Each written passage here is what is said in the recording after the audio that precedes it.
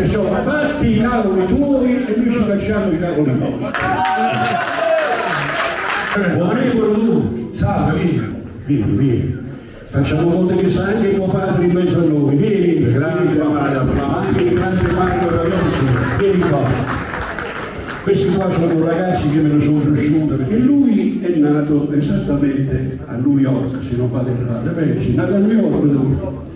E questi qua, lui con tutta la sua famiglia, la mamma e il papà, ci siamo stimati tantissimo, perché loro la pensano come me e io la penso come loro. Sono delle persone per bene, come voi, sono delle persone brave, persone educate, persone conservatori, non sono spregoni, perché abitualmente il nostro mestiere, quando ci battono le mani e guadagniamo i soldi, tutti quanti dicono oh, è bello sto fatto, però non pensano che poi questo successo con il tempo finisce.